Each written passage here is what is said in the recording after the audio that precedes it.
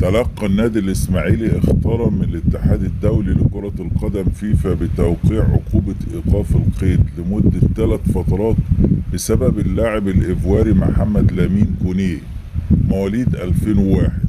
وتعود بداية الأزمة ليوم 17 يونيو الماضي، حينما تلقى الإسماعيلي قرار من فيفا بضرورة تسديد 200 ألف دولار لصالح اللاعب محمد لامين، وذلك خلال 30 يوم من تاريخه، ولم يسدد الإسماعيلي المبلغ. فقرر فيفا إيقاف القيد 3 فترات في 17 يوليو الجاري، بجانب وجود عقوبتين سابقتين على النادي الإسماعيلي.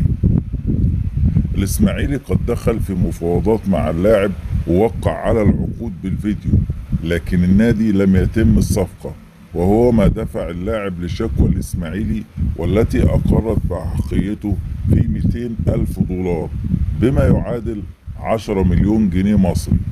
وكان الإسماعيلي تعاقد لمدة 2 عام مع الإيفواري محمد لامين كونيه لتدعيم خط الهجوم، وعند صدور قرار فيفا بحظر القيد فترتين متتاليتين بسبب السمعة الرياضية لكثرة شكوى وقضايا اللاعبين والمدربين الأجانب، تقرر التراجع عن الصفقة، إلا أن وكيل أعماله أصر أن يحصل على حق موكله، ولجأ للاتحاد الدولي للعبة للفصل في أزمته مع النادي، لتضاف إلى الأزمات التي أثارها المحترفين السابقون في الإسماعيلي. وأعلن الاتحاد الدولي لكرة القدم فيفا إيقاف قيد النادي الإسماعيلي لمدة فترتين بسبب سوء السلوك مع اللاعبين والمدربين، مما أدى إلى إيقافه تأديبيا للمرة الثانية، بالإضافة إلى وجود أكثر من شكوى من اللاعبين ضد الدراويش.